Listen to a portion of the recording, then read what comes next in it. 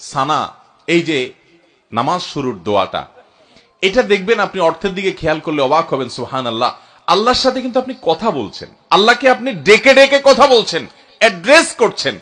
তো আপনি কাউকে অ্যাড্রেস করছেন আর মনোযোগ তার দিকে নাই, এটা তো অভদ্রতা, এটা তো অসৌজন্যতা, এটা তো বেয়াদবি, এটা তো অসম্মান করার মতো হয়।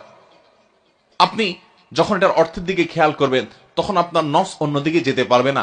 নসকে আপনি বলতে পারেন, তুমি না আল্লাহর সাথে কথা বলছো, সাথে নসকে আপনি কান ধরে আবার ফেরত আনতে পারবেন।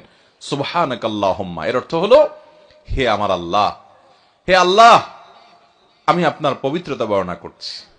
আমি আল্লাহর সাধারণ সৃষ্টি ভাই, আমি মহান রবের পবিত্রতা বর্ণনা করছি। সুবহানাকাল্লাহুম্মা, হে আল্লাহ, আমি আপনার পবিত্রতা বর্ণনা করছি। ওয়া বিহামদিক, এবং আপনার প্রশংসা করছি, আপনার গুণকীর্তন করছি। সুবহানাকাল্লাহুম্মা ওয়া বিহামদিকা